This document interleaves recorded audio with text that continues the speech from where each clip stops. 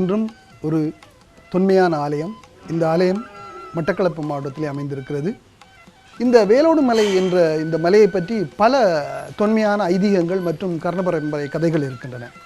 இவை என்னவென்று பார்க்கும் பொழுது, உண்மையிலேயே இந்த வேலோடு மலை என்ற மலை பேடர் ஓடிய மலை என்ற பெயரில் தான் பண்டைய காலத்தில் அழைக்கப்பட்டிருக்கிறது. அதாவது பேடர்கள் வாழ்ந்த இடம் இது. வேடர்கள் தங்களுடைய குலதெய்வமான முருகனை இந்த மலையிலே வழிபட்டிருக்கிறார்கள் மிக மிக பண்டைய காலத்திலே. அப்படி ஒரு மலைப்பகுதி இது. அதாவது மட்டக்களப்பு மாவட்டத்தினுடைய மேற்கு பகுதியில் இருக்கும் மலைகள் எல்லாம் அங்கே வேடர்கள் வாழ்ந்த மலைகளாகத்தான் கருதப்படுகிறது. மிக முக்கியமாக இந்த மலையிலிருந்து சற்று தூரத்திலே மாதுரோயா ஆற்றின் கரையிலே, மாதுரோயா குளத்தின் கரையிலே சற்று தூரத்தில் இருக்கும் ஓமுனகலை என்ற ஒரு மலை இருக்கிறது. ஓமுனமலை என்ற மலை. இந்த மலையிலே வேடர்கள் பலர் வாழ்ந்திருக்கிறார்கள். அதுபோல் இன்னும் சற்று தூரத்திலே சென்றால் கொக்காகலை என்ற ஒரு மலை இருக்கிறது. அது பதியத்தலாவையினுடைய அருகிலே இருக்கிறது. மகாவயாவுக்கும் பதியத்தலாவைக்கும் இடது பக்கத்திலே. இந்த மலையிலே கூட வேடர்கள் வாழ்ந்திருக்கிறார்கள். இங்கிருந்து தெற்கு பக்கமாக சற்று தூரம் சென்றால் நூறகலை என்ற ஒரு மலை இருக்கிறது. இந்த மலையிலே கூட வேடர்கள் வாழ்ந்திருக்கிறார்கள். எனவே இந்த மலைப்பகுதி எல்லாமே வேடர்கள் தங்களுடைய குலதெய்வமான முருகனை வழிபட்ட மலைகளாக காணப்படுகின்றன. இந்த மலைகளை பற்றியும் இங்குள்ள முருக வழிபாட்டு தலங்களை பற்றியும் முருக வழிபாடு பற்றியும் ஆர்எல் ஸ்பிட்டில் அவர்கள் தன்னுடைய நூலிலே மிக தெளிவாக குறிப்பிட்டிருக்கிறார். அதாவது காடுகளிலே வாழும் வேடர்களையும் பற்றி ஆராய்ந்து 3 நூல்கள் எழுதியிருக்க. இந்த 3 நூல்களிலே மிக முக்கியமாக த வெத்தாஸ் என்று சொல்லப்படுகின்ற ஒரு நூல். இந்த நூலிலே இந்த மட்டக்களப்பு மாவட்டத்தின் மேற்கு பகுதியிலே இருக்கும் மலைகளிலே வாழ்ந்த வேடர்கள், அவர்களுடைய பழக்க வழக்கங்கள், அவர்கள் முருகனை வழிபட்ட விதங்கள், இப்படி பல விஷயங்களை அவர் அங்கே குறிப்பிட்டிருக்கார். அந்த வகையிலே பார்க்கும்பொழுது இந்த வேலோடு மலையிலே பண்டைய காலத்திலே வேடர்கள் வாழ்ந்திருக்கிறார்கள். வேடர்கள் தங்களுடைய குலதெய்வமான முருகனை வழிபட்டிருக்கிறார்கள். இதற்கு பல ஆதாரங்கள் கூட இருக்கின்றன. அதாவது இந்த வேடர் ஓடிய மலை என்பது காலப்போக்கிலே அது வேரோடிய மலை என்ற பெயராக மாறி இருக்கிறது. என்ன காரணம் என்றால், இந்த மலையை பார்க்கும்பொழுது இந்த மலையிலே அங்குமெங்குமாக பல இடங்களிலே வெடிப்புகள் உண்டானது போல இருக்கிறது. எனவே இந்த வெடிப்புகள், வேர்கள் ஓடித்தான் இந்த வெடிப்புகள் உண்டாகி இருக்கின்றன. எனவே அது வேரோடிய மலை என்று மக்களால் அந்த காலத்திலே அழைக்கப்பட்டிருக்கிறது.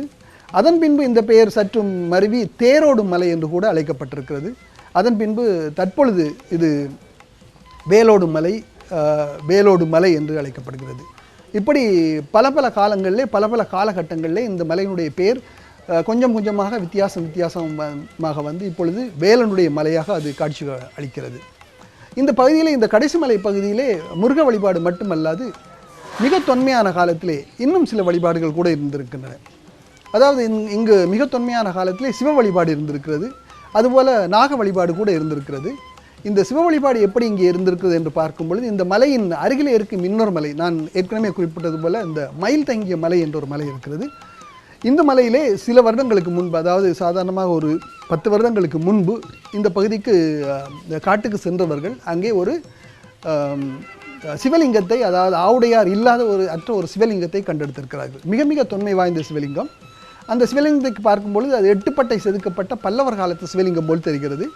இந்த சிவலிங்கமும் அதன் அருகிலே காட்டிலே ஒரு நந்தியினுடைய சிலை, மிக மிக பண்டைய ஒரு நந்தியினுடைய சிலை. இந்த சிவலிங்கத்தையும் நந்தியினுடைய சிலையையும் பார்க்கும்பொழுது சுமார் 1500 வருடங்கள் பழமை வாய்ந்ததாக தெரிகின்றன. இவற்றை அங்கு காட்டுக்கு சென்றவர்கள் அவற்றை எடுத்துக்கொண்டு வந்து இப்பொழுது வண்டார்மலை காளி கோயில் அருகிலே வைத்து வணங்கி கொண்டிருக்கிறார்கள். எனவே இந்த வகையிலே பார்க்கும்பொழுது இந்த வேலோடு மலை அருகிலே இருக்கும் அந்த மயில் தங்கிய மலையிலே சிவ வழிபாடு இருந்திருக்கிறது என்று சொல்லக்கூடியதாக இருக்கிறது. அது மட்டுமல்லாது இன்னும் ஒரு மலை கூட இருக்கிறது. அதாவது வேலோடு மலைக்கு அருகிலேயே அதோடு ஒட்டியவாறு இன்னொரு சிறிய மலை கூட இருக்கிறது. இந்த மலையிலே தான் நாக வழிபாடு பண்டைய காலத்திலே இருந்திருக்கிறது. இதற்கான பல ஆதாரங்கள் கூட இருக்கின்றன. தற்போது நாங்கள் வேலோடு மலையை பார்க்கும்பொழுது இந்த மலை உச்சியிலே உச்சி பகுதியிலே முருகன் கோயில், அழகான முருகன் கோயில் அமைய பெற்றிருக்கிறது. பண்டைய காலத்திலே இந்த மலையிலே வாழ்ந்த வேடர்கள் முருகனுக்கு இந்த இடத்திலே வேடர்களுடைய அந்த வேட்டுவ சம்பிரதாயங்கள், முருகனை வழிபடும் சம்பிரதாயங்களை இந்த மலையிலே நடத்தி இருப்பார்கள் என்பதற்கான ஆதாரங்கள் கூட நாங்கள் பார்க்கக்கூடியதாக இருக்கிறது. என்னவென்றால், இப்பொழுது மலையினுடைய உச்சியினுடைய முன்பக்கம் ஒரு தாழ்வான பகுதி, அந்த பகுதியிலே ஒரு பழமை வாய்ந்த கட்டிடம் இருந்ததுக்கான தொல்பொருட் சின்னங்கள், அதாவது கட்டிட இடிபாடுகள் காணப்படுகின்றன. சுமார் 30க்கும் மேற்பட்ட குழிக்கற்கள் அங்கே காணப்படுகின்றன. அதாவது குழிக்கற்கள் என்று சொல்லும்போது தூண்களை நிறுவி அதன் மீது கூரையை அமைத்து அங்கே உள்ளே தெய்வ சிலைகளை வைத்து வணங்கும் ஒரு மரபு பண்டைய காலத்திலே இருந்திருந்தது. இந்த மரபானது நாகருடைய வழிபாட்டு மரபு என்று கூட பேராசிரியர் பத்மநாதன் தன்னுடைய நூலிலே குறிப்பிட்டிருக்கிறார்.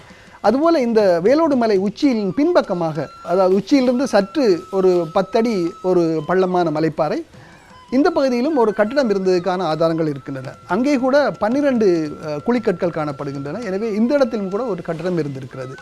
இந்த இடத்தின் அருகிலே தான் தற்பொழுது குமாரர் கோயில், அதாவது வேடர்கள் முருகனை குமாரர் என்று வணங்குவார்கள். அந்த குமாரர் கோயில் இப்பொழுது அந்த இடத்தில் தான் காணப்படுகிறது. எனவே இப்படி பார்க்கும் பொழுது இந்த இடத்திலே முருக வழிபாடு பண்டைய காலத்திலே இருந்திருக்கிறது. அதாவது முருகனை வழிபடும் பண்டைய காலத்து வேடர்கள் குறிஞ்சி வெறியாட்டம் என்று சொல்லப்படுகின்ற ஒரு நிகழ்வை அவர்கள் அந்த மலை உச்சியிலே நடத்துவார்கள். அதாவது தங்களுடைய முருகனுடைய வேலை அந்த மலையிலே அந்த மலை உச்சியிலே நட்டு தங்களுடைய ஆயுதங்களை அதை சுற்றி வர வைத்து அவற்றிற்கு படையல் போட்டு அதுபோல் பல தேன் தினைமாவு போன்றவற்றை அங்கே படைத்து முருகனை வணங்கி அந்த ஆயுதங்களையும் வேலையும் அவர்கள் சுற்றி வர ஒரு நடனம் ஒன்று ஆடுவார்கள். இந்த நடனத்துக்கு தான் குறிஞ்சி வெறியாட்டம் என்று சொல்வார்கள். எனவே இந்த குறிஞ்சி வெறியாட்டம் கூட பண்டைய காலத்தில் இந்த வேலோடு மலையிலே நிகழ்ந்திருக்கிறது என்று கூட சொல்லக்கூடியதாக இருக்கிறது. ஏனென்றால் அங்கிருந்த கட்டிடங்கள் பண்டைய காலத்து வேடர் காலத்திலே அமைக்கப்பட்டிருந்த ஒரு முருக வழிபாடு தலமாகத்தான் இருக்கக்கூடும் என்று நம்பக்கூடியதாக இருக்கிறது. வேலோடு மலை முருகன் கோயிலுக்கு அருகிலே மிக பண்டைய காலத்திலே நாக வழிபாடு நிலவியதற்கான பல சான்றுகள் அங்கே இருக்கின்றன. அதாவது வேலோடு மலை முருகன் கோயிலுடைய கிழக்கு பகுதியிலே அந்த மலையை ஒட்டி ஒரு சிறிய பள்ளத்தாக்கு, அதன் பக்கத்திலே இன்னும் ஒரு சிறிய மலை இருக்கிறது. இந்த மலைக்கு வேலோடு மலையிலிருந்து இறங்கி வரும்பொழுது இந்த மலை அடிவாரத்திலே ஒரு பள்ளம் இருக்கிறது. இந்த பள்ளத்திலே தான் இப்பொழுது தற்காலிகமாக ஒரு கிணறு தோண்டப்பட்டிருக்கிறது. ஆனால் மிக பண்டைய காலத்தில் இந்த இடத்திலே ஒரு சுனை இருந்ததற்கான ஆதாரம் இருக்கிறது. அதாவது எண்கோண வடிவிலே ஒரு சுனை இருந்ததற்கான ஆதாரங்களாக எண்கோணத்திலே பாதி உடைந்த, அதாவது கால்வாசி உடைந்த சுனையினுடைய செங்கல் கட்டுமானம் அங்கே காணக்கூடியதாக இருக்கிறது. எனவே இந்த இடத்துல ஒரு எண்கோண வடிவிலே ஒரு சுனை இருந்திருக்கிறது என்று கூட நாங்கள் சொல்லக்கூடியதாக இருக்கிறது. இந்த சுனையை அடுத்து அந்த சிறிய மலையிலே ஏறும் பொழுது அதனுடைய இடது பக்கத்திலே ஒரு கல்வெட்டு பொறிக்கப்பட்டிருக்கிறது. இந்த கல்வெட்டு பிராமி கல்வெட்டு. இந்த கல்வெட்டை பேராசிரியர் பர்ணவித்தாரன் அவர்கள் தன்னுடைய நூலிலே, அதாவது லேட் பிராமி இன்ஸ்கிரிப்ஷன் என்னும் நூலிலே அவர் பேராசிரியர் பர்ணவித்தாரன் இந்த கல்வெட்டை பதிவு செய்துள்ளார். இந்த கல்வெட்டை வைத்து பார்க்கும் பொழுது இந்த பகுதியிலே, அதாவது இந்த மலையானது மிக பண்டைய காலத்திலே நாக வழிபாடு நிலவிய மலையாக தெரிகிறது. அதற்கான பல காரணங்கள் இந்த கல்வெட்டின் மூலமாக நாங்கள் அறியக்கூடியதாக இருக்கிறது.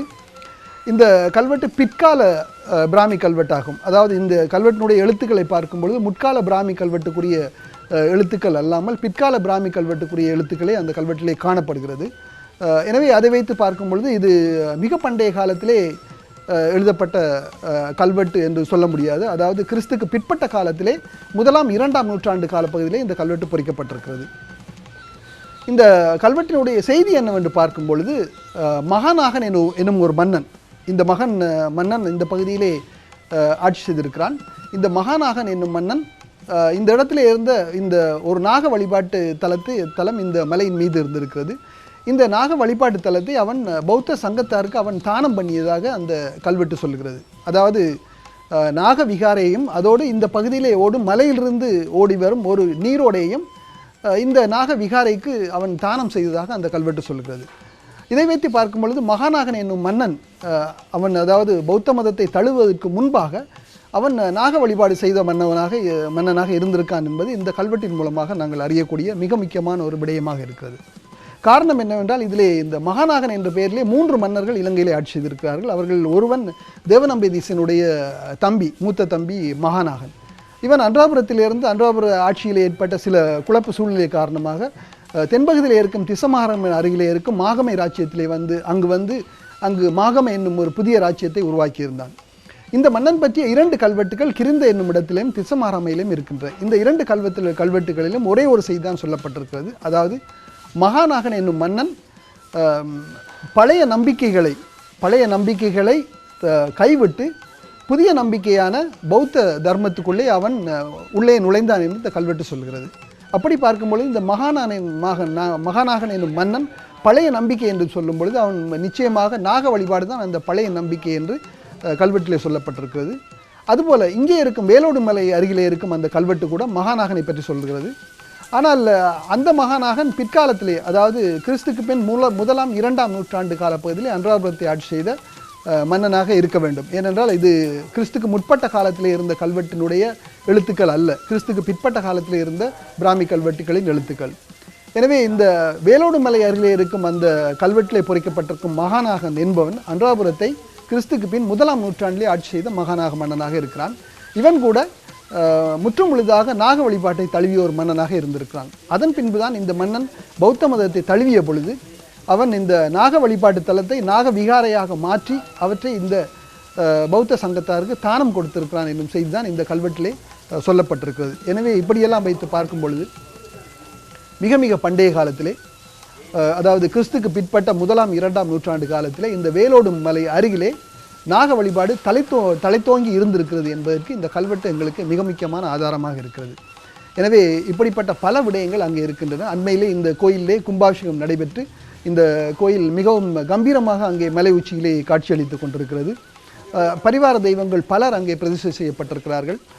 அதுபோல் இந்த வேலோடு மலையை பற்றிய இன்னொரு விடயம் கூட இருக்கிறது. அதாவது இதன் அருகிலே இருக்கும் சித்தாண்டி எனும் ஊரிலே சிகண்டி முனிவர் வந்து அவர் அங்கே வேலை வைத்து வணங்கியதாக அந்த ஆலய வரலாறு சொல்கிறது.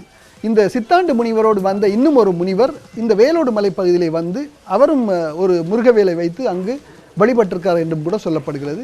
இதன் காரணமாக சித்தாண்டியிலே அங்கே கோயிலே திருவிழா நடக்கும் காலங்களிலே அங்கிருந்து பார்க்கும்பொழுது இந்த வேலோடு மலை உச்சியிலே முருகனுடைய அந்த ஒளிப்பிழம்பு தோன்றுவதாக அங்குள்ள மக்கள் நம்புகிறார்கள்.